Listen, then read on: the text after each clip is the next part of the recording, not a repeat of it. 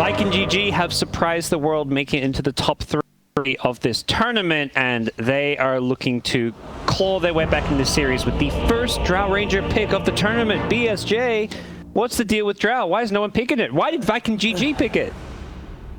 That's not a good look. That's not the look I was looking for. I'm hoping it'd be. I'm hyped either way, just because we haven't seen it yet. But I do think this hero hasn't been seen for good reason. It just doesn't really fit like the description of the carries going on right now. They're either like hyperactive mid gamers or they're like reliable jungle recovery heroes. And ever since they nerfed Drow's ultimate to like not be one-shotting ancients or anything like that, she just doesn't have the same potency as all these other recovery Lycan, Terrorblades, Wraith Kings.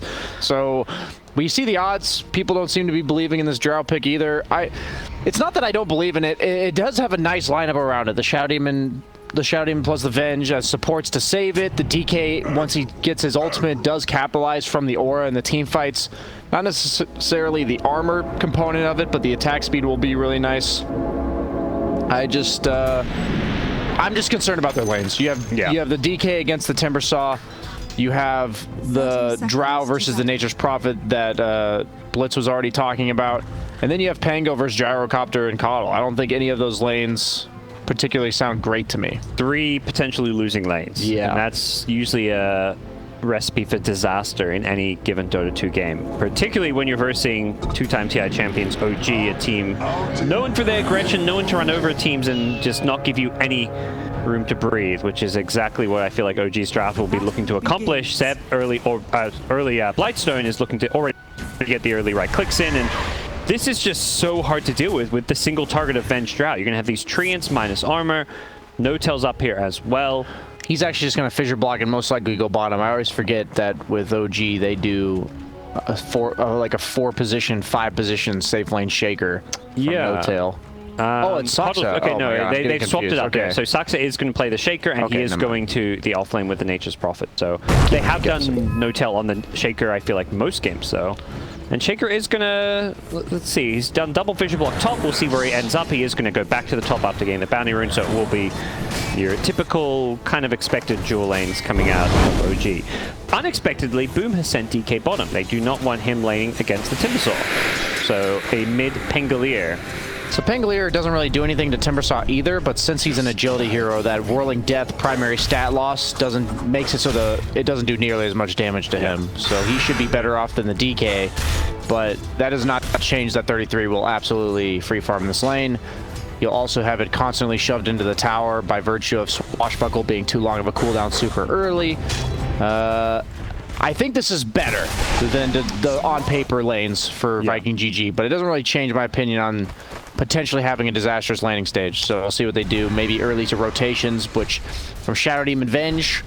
The disasters have begun, by the way. Drow, 0 CS so far. Wave onto tower. Drow with terrible base damage. Oh, by the way, Venge is dead up here. Yeah. You just dive the tower. You've got a double creep wave. You've got Treants. You've got Blightstone. The courier is He wants the courier. He needs to get it. He misses it with the multi-shot. Oh, it's a disaster. And Seb can TP home if he wants to heal back up here. And he's going to do just that. He has the teleportation to get back to lane. So he's going to be full health and mana with some extra gold to spend on some early game items. Drow also is very vulnerable to getting dove under tower. Part of the reason why the hero is not seen very much right now. And Venge as a support does not address that problem at all.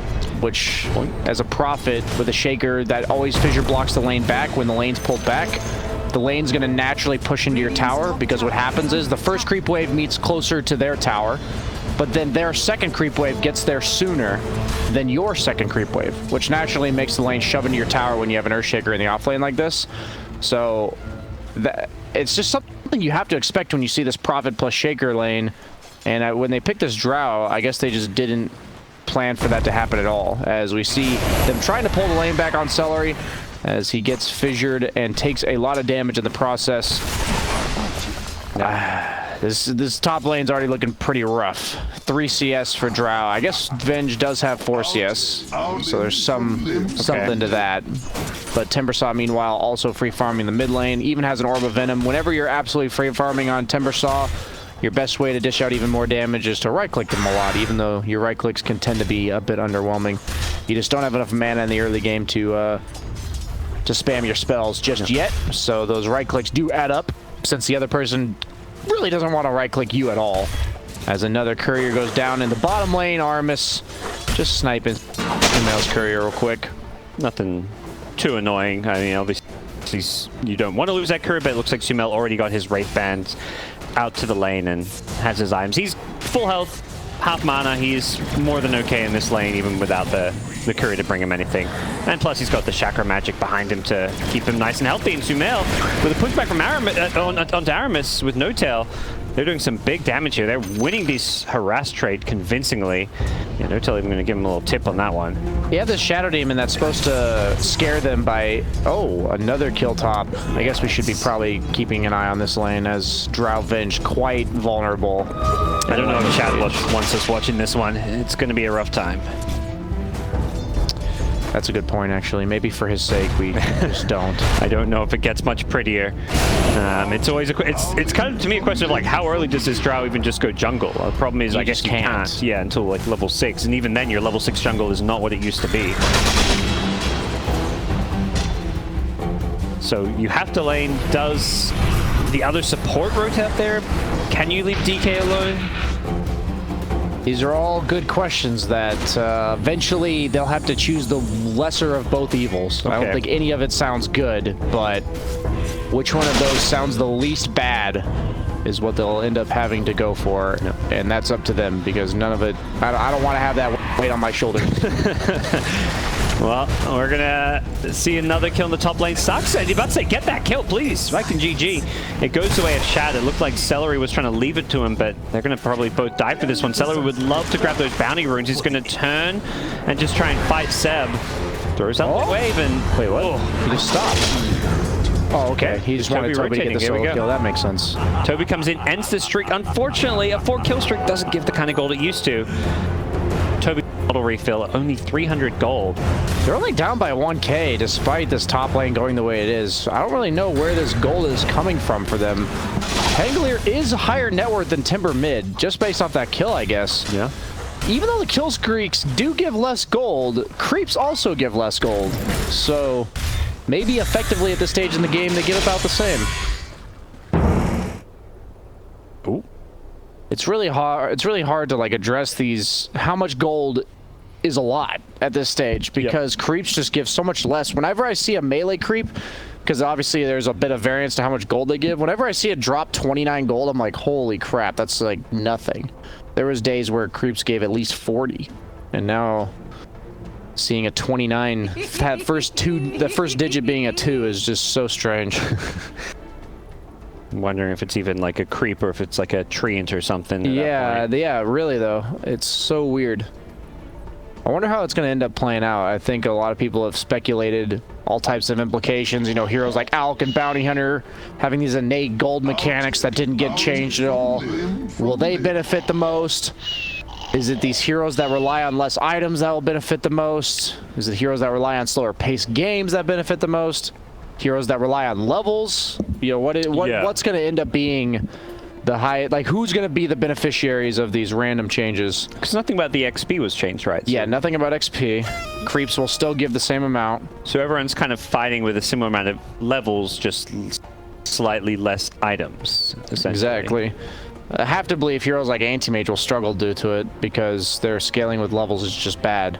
On the other hand, you have a hero like Terrorblade who, even though he does rely on getting a lot of farm, his farming speed is heavily determined by levels, just by virtue of Metamorphosis and Conjure Image scaling so well. This Drow, yeah, we're pointing out her skill build, only level 3 at 6 minutes in. I think it's going to be a lot on Toby this game. He's their offlaner, he's supposed to be their playmaker. Yep. This game he was given a solo 1v1 mid. Pangolier can absolutely take over games.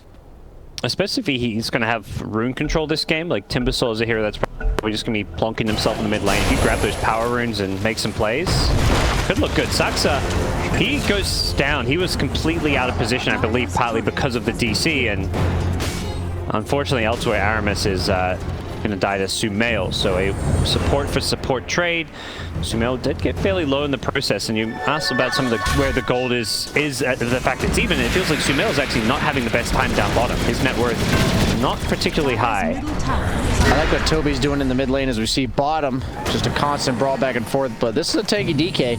One of the reasons he's such a better side laner now is they did buff his base movement speed to 310 over the course of several patches, and that long chase distance that you saw there would usually be much more potent when he's only 290 or so that he used to be. But yeah, Toby just doing the complete dodge game. Saksa looking to punish this efficiency that Toby is going for as he goes for the first item Javelin, and he's just farming the wave as well as the camp. And Toby Kinney, he should be fine if he gets past the fissure. Oh, he's got a homing missile on him. Sumail came in. By fine, I mean he can get a nice reset of health and mana by going to base. Yep. Well, he goes down. Not the biggest gold bounty as Sumail gets the last hit on the kill. And he suddenly goes mid, and 33 now follows the DK to bottom. Boom has no desire to lane this. Doesn't have his ultimate yet, so he's going to TP mid instead. We're definitely going to be seeing Pango mirror the movements of Timbersaw. LTP's top. They're fighting up here. Seb's gotten one kill, and looks like Seb's going to get out because he got low on health, and he can TP to any lane he wants to. Well, actually, no, Gyro cancels his TP. He stays mid. Looks to continue to pressure Boom. I like what Toby's doing. He has to do exactly this. This Timbersaw is a serious issue, and he is just doing his best to occupy 33's time as he TP'd here, bottling up. He's actually going to Rolling Thunder to the next creep wave. Okay. Why not? You have to. Like, if you're not doing this, who on your team is? Not the Shadow Demon, not the Venge, not the Drow, and not the DK. So Toby's only job in the early game against Timbersaw is to mirror his movements and stop him from taking your towers. Yeah, so just by taking the creep wave away, Timber's unable to pressure those towers, it seems. Yep, absolutely. And he's actually going to Timbersaw now. What is he doing? I'll keep an eye out on him. Has that early Maelstrom queued up. Back in the mid lane, Boom has hit level 6. And, Seb snipes a kill with his ultimate, but it doesn't look like the Dragon Form is going to lead to too much tower damage with the Gyrocopter seeing there. Warriors of the Wood. Does seem like Seb is intent, despite being top net worth, to go for the team items. Has a mech queued up and is looking for another kill here with the fissure block. Saksa is going to set up a nice kill for Seb. And down goes Celery. These Viking GG supports have been struggling a bit, to say the least, this game.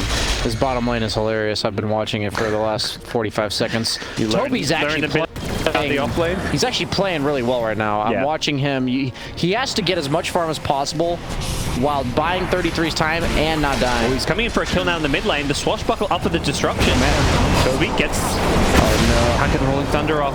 I love how every time I say a player's playing well, they do that. Yep. He flubbed it. He went for the greedy Swashbuckle to Rolling Thunder, didn't have the mana, and by the time he did, he just got chain stunned and couldn't get it off. All things considered, 12-3 kill score. I could imagine the net worth advantage being higher for OG, so Celery is getting dove in the mid lane. If they'd got that Sumail kill with the Pengo ultimate, that would have been huge for them, though. Yes, absolutely. And Toby dying once or twice, I'd say if he dies one more time, this game is going to be ugly. I don't have really a better way to word that. It's nice. I think their hope really does lie on him, as Seb's already got a mech. They're going to run into damage problems. Yeah, look at quickly. this Prophet's net worth. Holy crap. Yep. Seb just is like understands he's kind of unkillable with this item build. Sumail just farming stacks with the creep waves that got pulled into him as well, so he's well and truly catching up after a slightly challenged laning stage. Seb is 8-1, by the way. I just realized that. He's been in 9 of these 12 kills around the map. The one thing I'm wondering is where are the auras going to be coming from as they do kill the he's hasted. Oh, he doesn't want to die for the Gyrocopter. Steals the Ironwood Tree as well, so not bad. Some free early game stats. I just don't understand if the Pango's building Maelstrom. I hope he goes back for like Greaves or something, because they do need sustain on Viking GG's lineup when you have Drow, just right clickers that can't afford to just run away all the time. You do need that mana potential.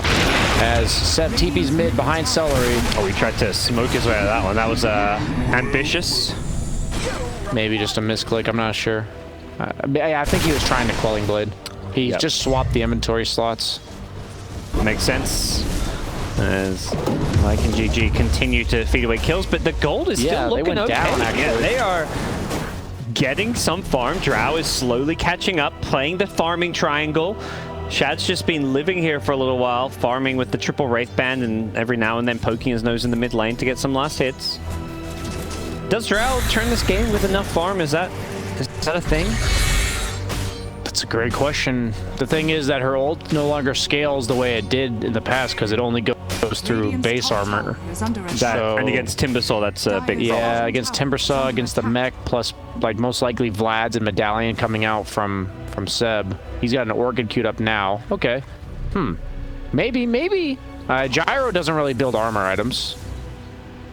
So his HP will effectively be taking pure damage. Yep.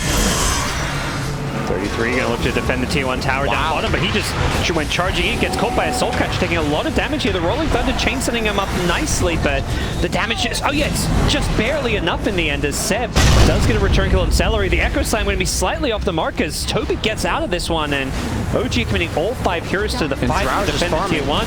Flat going to kill out a Courier. Now the nice Will-O-Wisp is going to pull everyone back in. Aramis was trying to help out his buddy Boom, but Boom is just trapped inside this Coddle ultimate. Gets out a few more spells, breathes fire onto a couple heroes to get them low.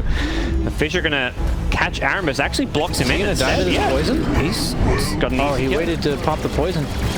Might have been able to kill him. He was trying to catch a 3rd poison, maybe. Okay, so OG commit everyone to defend that, but Shad was farming. Let's take another look. 33 just melted. It feels like he did. Shadow Demon's Soul Catcher is quite deceiving on these beefy strength heroes. It's just % pure damage of your health. Didn't have any reactive charges at the start of the fight as well. Radiant's bottom tower is under attack.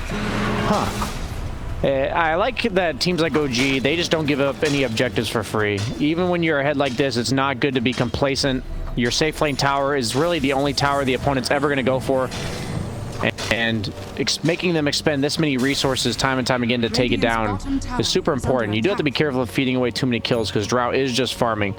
But it looks like Viking GG is going to be able to secure this tower now. Nothing of note has really happened since both teams have taken a chill pill, as Boom is actually farming the jungle until his DK forms up. He does have Blink, so that gives them a little bit of initiation. Going first item Ags on the Gyrocopter, has the level 10 damage talent. So Celery is queuing up the Vlads on the Vengeful Spirit. You always need a Vlads on Drow's team, always.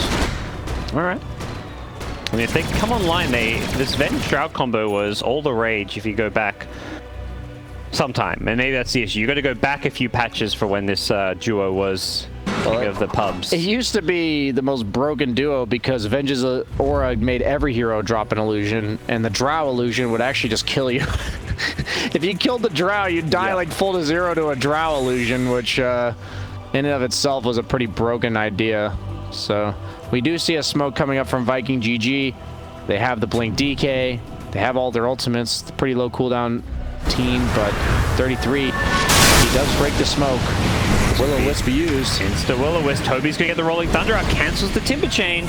He's catching out the backlines. Boom's managed to get himself out of the Will-O-Wisp. Lockdown. Yeah, Gyro's in a very aggressive position. Does have the cooldown, but he dies before he can follow it up with any damage. Does set up a kill onto Toby, so it's a 1-for-1 trade so far. And Seb showing up to the party. We've seen this one before. He hits so hard. Up the right clicks. That's no damage from his ultimate either. He just has that 30 damage talent at 10. Already hits for 165 with a Blightstone. They're not done. They're gonna no Yules. Aramis. Oh! He found the perfect spot where he could fog them for just long enough. Yeah, he had mana for Fissure. I just think it took a bit too long to process that he was there. Yep. So, think so. And now we are under 1k gold advantage. What a weird game. OG keep winning these fights in terms of kill-for-kill trades. They're getting like 2-for-1 trades, but the entire time Drow is free farming. Gold is dipping closer and closer to a Viking GG. Despite an 18-6 kill score. Look at Dota Plus. It loves the Drow Venge. It's given Viking GG a 65% win chance. That is peculiar, I think, to say the least. They have a lot of tools in the late game for sure. Not only that, but Pangolier is one of the best scaling offlaners. just by raw damage output. He's going for the Treads Ags build. I thought he was going to go back for auras. He says, no, I'm the carry. He's like, I play mid, right? That means I get to go these items. That's how it works. And DK has gone for the Blink BKB, so it's all on the Venge for the auras. He's got Vlad's queued up, as we said. Yep. But that's a 5 position, so other than that, they're content with no other aura items for a very long time. Radiant's bottom tower. As on the other side, we have a mech from the Prophet. And that's it, actually. So both teams really skimping out on the auras. He is going first item Lotus on 33. Why? That's the question. I guess for the Soul Catcher, as well as the Silence. Okay. The swap is probably worth considering as well. When you're Lotus, you just swap back, so effectively does nothing. Well, the game going to slow down. Perhaps OG realizing they're doing okay in these fights, but they're having to commit everyone. And I mentioned OG just like, anybody seen Drow lately? Like, she been on the map, and they're probably just thinking like, no, not really. Like, she's been hitting creeps, right? They're probably getting worried about how farm Shad is getting. They see that scoreboard and they're like, yeah, Shad's level 12. Probably see that Dragonlance and think, yeah, how much gold has this Drow got backing up what was a very poor start? Suddenly, Shad is back in this game. I really don't know how this game's going to play out as we go. I usually try to make predictions, and luckily I haven't seen this type of lineup before, so I don't have the option to make the wrong one, guys. Oh, that's left. The non-prediction. That's the only way you can be right, is that it? You finally gained the system. It's the closest. Yeah. It's the closest I can be. Careful, 33. That's that mango tree there. Be careful what you do with those things. That's a cute little mango tree. I'm enjoying seeing a mango tree for one's not inside nice the base. Vision. He cancels the TP. He's got no blood for a little bit. Vision. They see him. Blink and 5. Does Boom look to turn this one? What's the play? Shadow Demon immediately TP'd, so they know their DK stuck on his own little island here. Does manage to get out, and when do Viking GG look to fight is probably the other big question. That's when I say fight, I mean fight with all 5. The Drow Ranger yet to show up to a single up the E-Blade on Drow. Okay. Rather than the Butterfly. I don't really see what Butterfly does, but I also... I'm not sure, I'm not sure what E-Blade slash, like, what your plan is against Gyro as the game goes on. We've seen how scary Gyro is when he gets items. Maybe they'll have to consider giving him armor, though, as they do get the Blink on Soxa. It just came up, or it just got purchased. Looks like a free tier 2. I can't imagine they want to contest on Viking GG's side. Aramis might be here to give them a casual bonus kill. Looks like he's going to be careful, though. That TP cancel on Boom was, even though it didn't lead to a kill, pretty huge because it forced the rest of Viking GG to make sure he was protected. That potential threat of your effectively mid laner being isolated in the top lane did force 4 members from Viking GG to be there. Let's see if OG can get more done with this Blink Dagger on Shaker now. We'd love to find some pickoffs. Feels like Shad in this jungle has gone more or less ignored as he does pick up his Eagle Song. And yet, E-Blade is on the way. As Notel gonna get found in the jungle. The Fissure is actually blocking him from retreating, unfortunately. But they get the return around and they kill the Vengeful Spirit. Toby. Yeah, Toby's in all sorts of trouble. Does swashbuckle away from the Sprout. Yes, ult. Yeah. Maybe needs to ult, go for a TP out. He's gonna probably do it now. After the W? Yeah, okay. Wave, there we go. Oh my god. You have to respect that attempt by Soxa. That was a matter of milliseconds there. And respect Toby knowing the exact latest he could TP out. Yeah. He tipped him.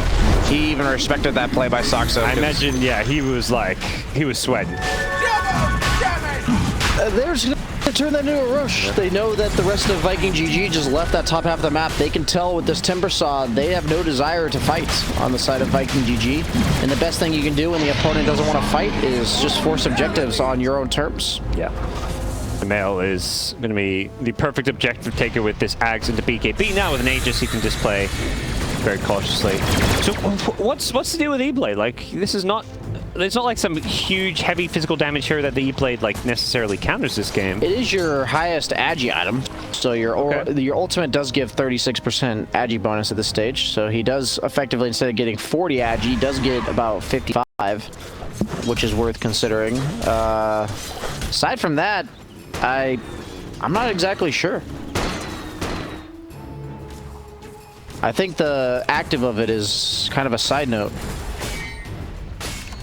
Butterfly doesn't really do anything, and he wants Agi. That's basically the conclusion I'm coming to.